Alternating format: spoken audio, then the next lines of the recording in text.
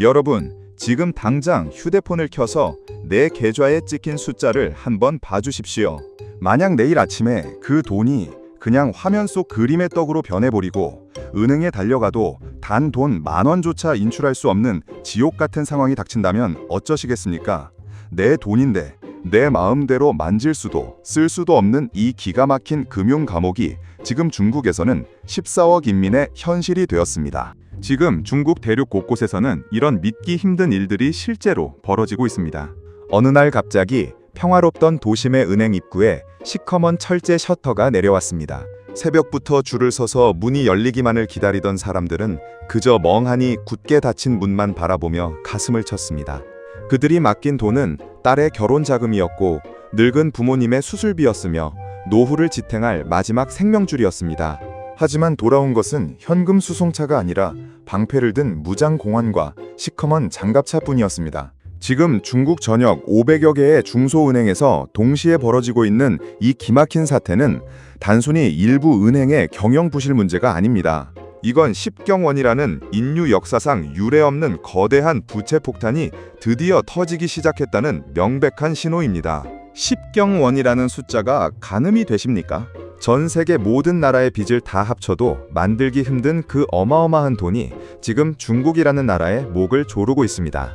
겉으로는 화려한 마철루와 첨단 기술을 뽐내며 세계를 호령할 것처럼 굴었지만 그 이면에는 이미 회생 불가능할 정도로 썩어 문드러진 괴사가 진행되고 있었습니다. 은행 문을 두드리며 울부짖는 노인들의 비명소리는 인터넷 검열 시스템에 막혀 세상 밖으로 나오지 못하고 있습니다. 예금을 찾으러 온 사람들을 잠재적 범죄자로 취급하며 무자비하게 진압하는 공권력의 모습은 차마 눈뜨고 보기 힘든 참상입니다. 국가가 인민의 돈을 인질로 삼고 총칼을 들이대는 이 잔인한 현실은 중국 경제의 심장이 멈춰가고 있음을 보여줍니다. 거대한 제국이 무너질 때 가장 먼저 희생되는 것은 언제나 힘없는 서민들입니다. 통장 속에 1억 원이 휴지 조각이 되어가는 과정을 지켜보며 그들은 이제 국가라는 존재에 대해 근본적인 의문을 던지기 시작했습니다. 공감하신다면 댓글로 숫자 2를 남겨주세요. 구독과 좋아요도 클릭 부탁드립니다. 그럼 바로 이야기 이어가겠습니다. 도대체 은행 금고를 가득 채우고 있어야 할 그 많은 돈은 다 어디로 증발해버린 것일까요? 그 거대한 구멍을 만든 진짜 주범들은 다름 아닌 빚더미에 올라앉은 지방정부의 부패한 관리들이었습니다. 지난 10여 년간 중국의 지방정부들은 중앙의 눈에 들기 위해 미친 듯이 빚을 내어 토목공사를 벌였습니다. 아무도 살지 않는 허허벌판에 유령 도시를 짓고 인적 없는 산속에 세계 최장 길이의 에스컬레이터를 깔며 지표상의 성장률 숫자만 억지로 관리해왔습니다. 하지만 부동산 시장이 모래성처럼 무너지고 땅을 팔아 빚을 갚을 길이 막막해지자 이들은 아주 위험하고 파렴치한 편법을 쓰기 시작했습니다. 그들이 꺼내든 카드는 LGFVR이라 불리는 지방정부 자금 조달용 특수 목적 법인이었습니다. 이름은 거창하지만 사실상 장부 밖에서 어둠의 돈을 끌어다 쓰기 위한 유령 회사에 불과합니다. 이 부패한 관리들은 자신들의 인사권을 휘둘러 지역은행장들의 멱살을 잡았습니다.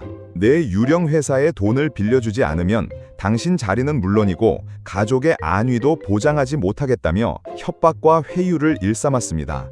결국 은행들은 인민들이 노후를 위해 맡긴 피땀 어린 예금을 이 유령 회사들에게 무담보로 막 퍼주기 시작했습니다. 그 금액이 무려 7,600조 원에 달합니다. 대한민국 1년 전체 예산의 10배가 넘는 이 상상 초월의 돈이 실체도 없는 유령 회사들의 빚잔치에 희생된 것입니다. 결국 금고는 텅 비었고 인민들이 돈을 찾으러 왔을 때 은행은 셔터를 내릴 수밖에 없었습니다. 이건 단순한 부실 대출이 아니라 국가 권력이 조직적으로 개입한 거대한 경제 사기극입니다. 공무원들은 자신들의 출세 가도를 위해 서민들의 생명줄과 같은 예금을 훔쳐 쓴 셈입니다. 이 7,600조 원의 구멍은 이제 그 누구도 메울 수 없는 거대한 블랙홀이 되어 중국 경제 전체를 집어삼키고 있습니다.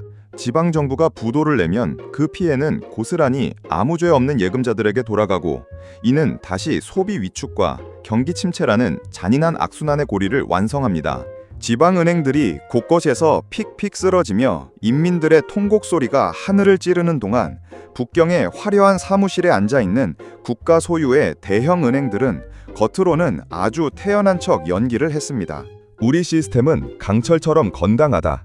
부실 채권 비율은 고작 1.6%에 불과하다며 당당하게 전 세계를 향해 거짓말을 늘어놓았습니다. 하지만 그 화려한 장부 뒤에는 이미 시커멓게 썩어 문드러진 괴사가 진행되고 있었습니다. 중국 당국은 대형 은행들에게 아주 특별하고도 비밀스러운 지시를 내립니다.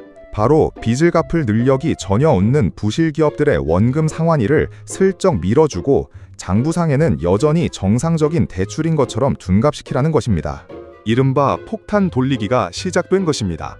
당장의 파산을 막기 위해 썩은 상처를 화려한 붕대로 칭칭 감아 숨기는 격입니다.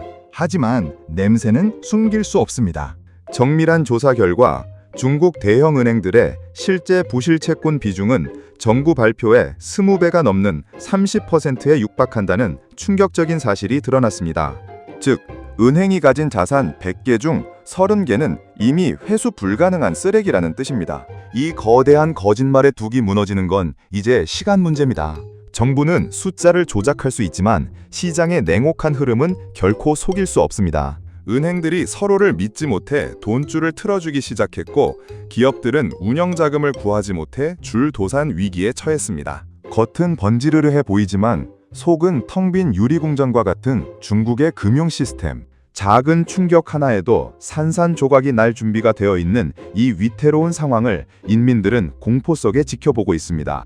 거짓으로 쌓아올린 경제 성장의 바벨탑은 결국 자신의 무게를 이기지 못하고 처참하게 무너져 내릴 것입니다. 인민들의 신뢰를 저버린 은행에 미래란 없습니다. 신뢰가 무너진 경제체제는 그 자체로 사형 선고를 받은 것이나 다름없습니다. 중국의 이번 경제 위기가 더 무서운 이유는 단순히 힘없는 서민들만 털린 게 아니기 때문입니다. 소위 상위 1%라 불리는 의사, 대기업 임원, 고위 공무원 등 중국 사회의 허리를 지탱하던 최고위층 부유층마저 이번 재앙의 칼날을 피해가지 못했습니다.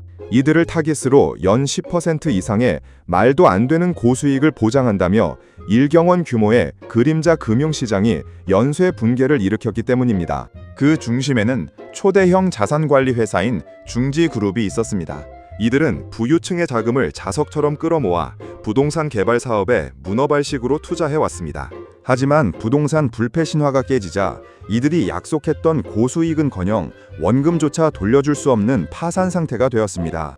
결국 중지그룹이 항복을 선언하며 공중으로 날아간 돈만 무려 84조 원에 달합니다. 콧대 높던 중국의 부유층들이 하루아침에 전 재산을 잃고 거리에 나앉아 망연자실해하고 있습니다. 자산의 가치가 소멸하자 이들은 지갑을 쇠사슬로 채워버렸습니다.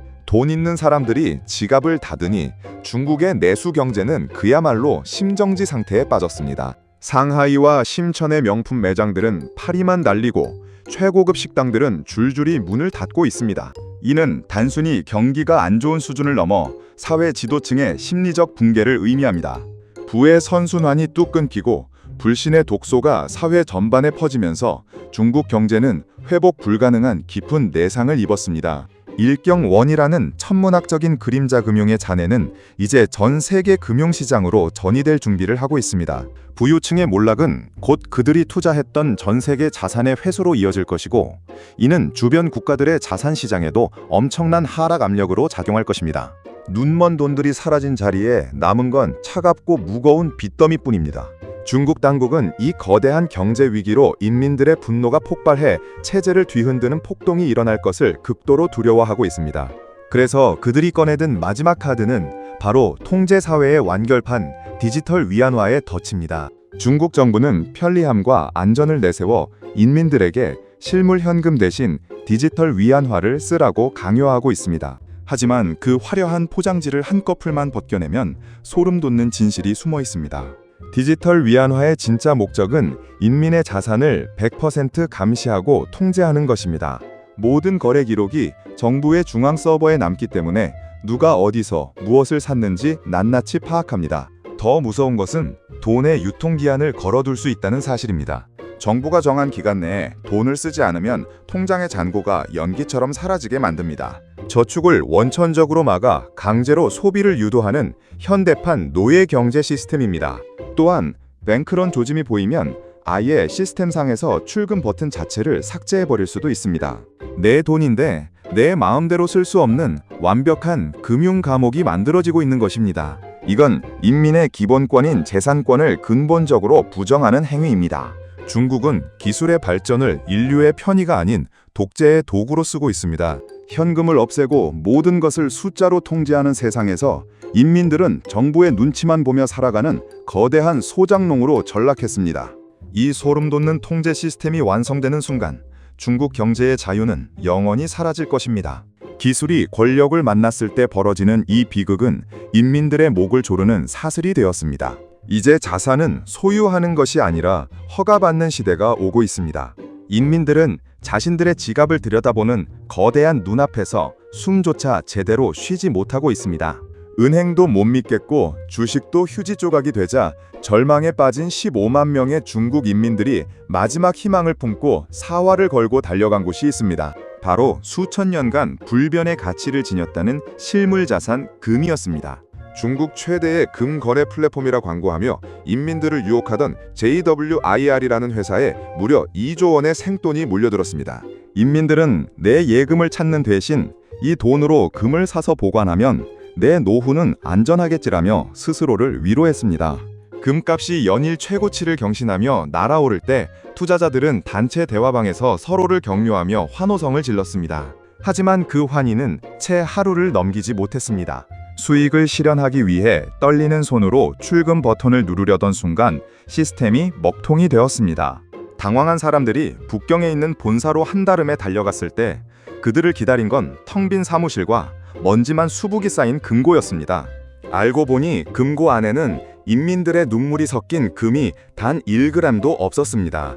그들이 스마트폰 화면으로 보던 금은 숫자뿐인 가짜였고 회사는 신규 투자자의 돈으로 기존 투자자의 수익을 메꿔주는 100년 전의 악질적인 수법인 폰지 사기를 벌이고 있었던 것입니다. 평생 모은 전 재산을 금에 걸었던 노인들은 차가운 시멘트 바닥에 주저앉아 가슴을 쥐어뜯으며 통곡했습니다. 마지막 피난처마저 털려버린 이 잔인한 현실은 중국 경제가 얼마나 바닥까지 썩어 있는지를 적나라하게 보여줍니다.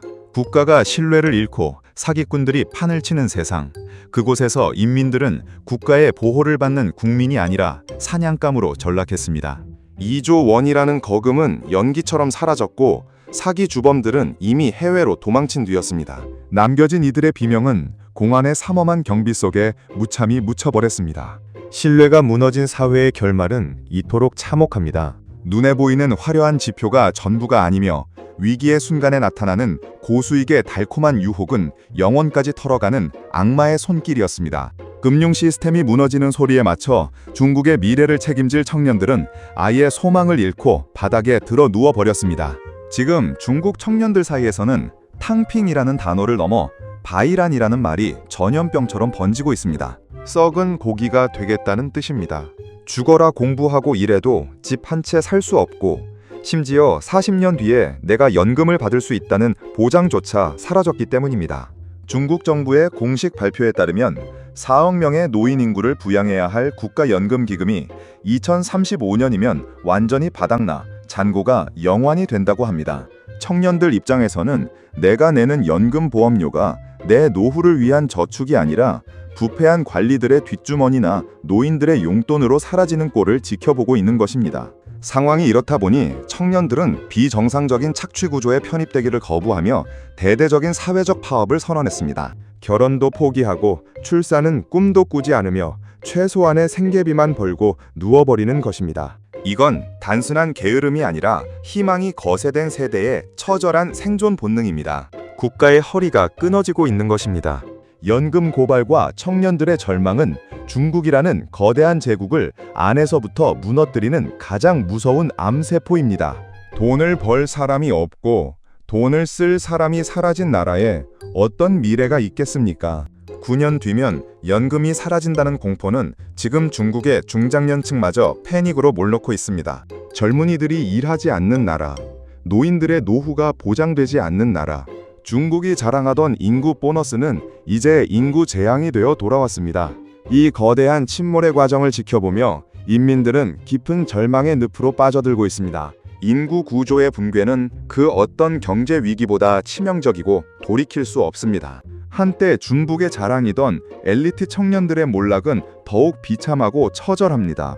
중국 정부가 공산당의 통제력을 강화하겠다며 사교육 시장과 빅테크 기업들을 사실상 불법화하고 규제 폭탄을 던지면서 양질의 화이트 칼라 일자리 수십만 개가 하룻밤 사이에 증발했습니다. 명문대를 졸업하고 연봉 1억 원을 꿈꾸던 인재들은 이제 갈 곳이 없습니다. 매년 1,000만 명 넘게 쏟아지는 대졸자들은 이제 시급 1,200원을 주는 공장 라인에 서거나 이미 포화 상태인 배달 시장에서 오토바이를 타며 목숨을 걸고 도로를 누빕니다. 석사 학위를 가진 청년이 하루 종일 배달통을 메고 벌어들이는 돈은 고작 몇만 원뿐입니다. 꿈을 잃은 청년들은 이제 불법 체류자가 되어서라도 해외로 탈출하고 싶다는 비명을 지르고 있습니다. 실제로 멕시코 국경을 넘어 미국으로 밀입국하려다 체포되는 중국 청년들의 수가 역대 최고치를 경신하고 있습니다. 지옥 같은 내 나라를 떠나 어디든 좋으니 나를 받아달라는 이들의 절규는 중국의 화려한 굴기가 얼마나 허망한 모래성이었는지를 증명합니다. 인재들이 공장에서 단순 노동을 하고 최고 엘리트들이 나라를 버리는 나라에 혁신이 있을 리 만무합니다. 철권 통치는 경제의 숨통을 끊어놓았고 그 대가는 고스란히 청년들의 피눈물로 치러지고 있습니다. 시급 1,200원. 이건 수십 년 전 수준보다 처참한 임금입니다. 세계 2위 경제 대국이라는 이름표가 무색할 만큼 청년들의 삶은 참담하게 망가졌습니다. 교육을 통해 신분 상승을 꿈꾸던 사다리는 부러졌고 남은 건 끝없는 경쟁과 좌절뿐입니다. 이들의 억눌린 분노가 어디로 향할지 중국 당국은 전전긍긍하며 감시의 눈초리를 더욱 매섭게 하고 있습니다. 중국 가계 자산의 무려 70%가 묶여있는 부동산 시장은 그야말로 생지옥입니다. 정부의 무리한 대출 규제와 부채 압박으로 헝다와 왕커 같은 거대 건설사들이 줄줄이 파산하면서 전국에는 벽조차 세워지지 않은 흉물스러운 아파트 건물들이 유령처럼 방치되어 있습니다. 이를 란웨이 로우, 즉 썩은 꼬리 건물이라 부릅니다. 이런 건물이 중국 전역에 무려 4,800만 채에 달합니다. 전 재산을 털어 중도금을 내고 내 집 마련의 꿈을 꾸던 수백만 가구의 소망은 차가운 시멘트 바닥에 처박혔습니다. 입주 날짜만 손꼽아 기다리던 사람들은 이제 완공될 기미조차 보이지 않는 공사 현장에 텐트를 치고 들어갔습니다. 수도도 안 나오고 전기도 들어오지 않는 그 폐허 같은 건물 안에서 촛불을 키우며 비참하게 생활합니다. 그러면서도 은행에는 매달 30년짜리 대출 이자를 꼬박꼬박 갚아야 합니다. 내 집은 없는데 빚만 남은 이 기가 막힌 상황. 항의하러 관공서에 가면 공안들에게 끌려가 매를 맞고 인터넷에 억울함을 호소하면 계정이 삭제됩니다. 부동산은 중국 인민들에게 종교와 같았습니다. 하지만 이제 그 종교는 저주가 되었습니다. 집값이 폭락하고 거래가 끊기니 중산층의 자산은 반토막이 났고 이는 곧 극심한 소비 절벽으로 이어졌습니다. 9천만 채의 빈집이 전국에 널려 있는데 사람들은 정작 잘 곳이 없어 폐허를 헤맵니다. 자본주의의 가장 추악하고 잔인한 단면이 지금 중국 부동산 시장에서 펼쳐지고 있습니다. 이 거대한 거품이 완전히 꺼지는 날 중국 경제의 뼈대는 산산조각이 날 것입니다. 콘크리트에 갇힌 인민들의 눈물은 무분별한 부채로 쌓아올린 바벨탑의 비참한 최후였습니다. 결국 지금 중국이 마주한 위기는 단순히 지나가는 불황이 아닙니다. 지방정부의 천문학적인 빚 그림자, 금융의 연쇄 붕괴, 금 폰지 사기극, 유령 도시와 연금 고갈, 이 모든 7가지 재앙이 동시에 폭발하며 시스템 전체를 흔들고 있습니다. 퇴로가 막힌 10경원의 빚은 이제 중국이라는 나라를 통째로 집어삼키는 블랙홀이 되었습니다. 심지어 달러와 금을 풀려던 마지막 비상구마저 국제사회의 철저한 삼중 포위망에 막혀 숨조차 쉬기 힘든 상태입니다. 이 거대한 침몰의 스토리는 단지 남의 나라 불행으로 끝날 일이 아닙니다. 부동산 거품, 인구 절벽, 연금 고갈이라는 소름 끼치도록 똑같은 위기를 마주하고 있는 모든 국가들에 던지는 가장 끔찍하고도 현실적인 경고장입니다. 중국의 몰락은 곧 전 세계 자산 시장의 대격변을 의미합니다. 그 파편이 날아올 때 준비되지 않은 자들은 중국 인민들처럼 속수무책으로 당할 수밖에 없습니다. 지금 전해드리는 이 차가운 진실들이 소중한 자산을 지키는 든든한 방패가 되어야 합니다. 세상은 변하고 있고 우리가 믿어왔던 상식은 무너지고 있습니다. 깨어있는 사람만이 이 난세에서 살아남을 수 있습니다. 중국의 비극을 거울 삼아 자산의 흐름을 냉정하게 점검해야 할 때입니다. 거품이 거친 자리에 남는 것은 오직 현금과 실력뿐입니다. 이 긴박한 메시지를 가슴 깊이 새기시고 흔들림 없는 강인한 마음으로 이 위기를 건너가야 합니다. 세상은 더 이상 기다려주지 않습니다. 진실을 마주한 여러분의 선택이 미래를 결정할 것입니다. 긴 시간 함께 해주셔서 진심으로 감사합니다.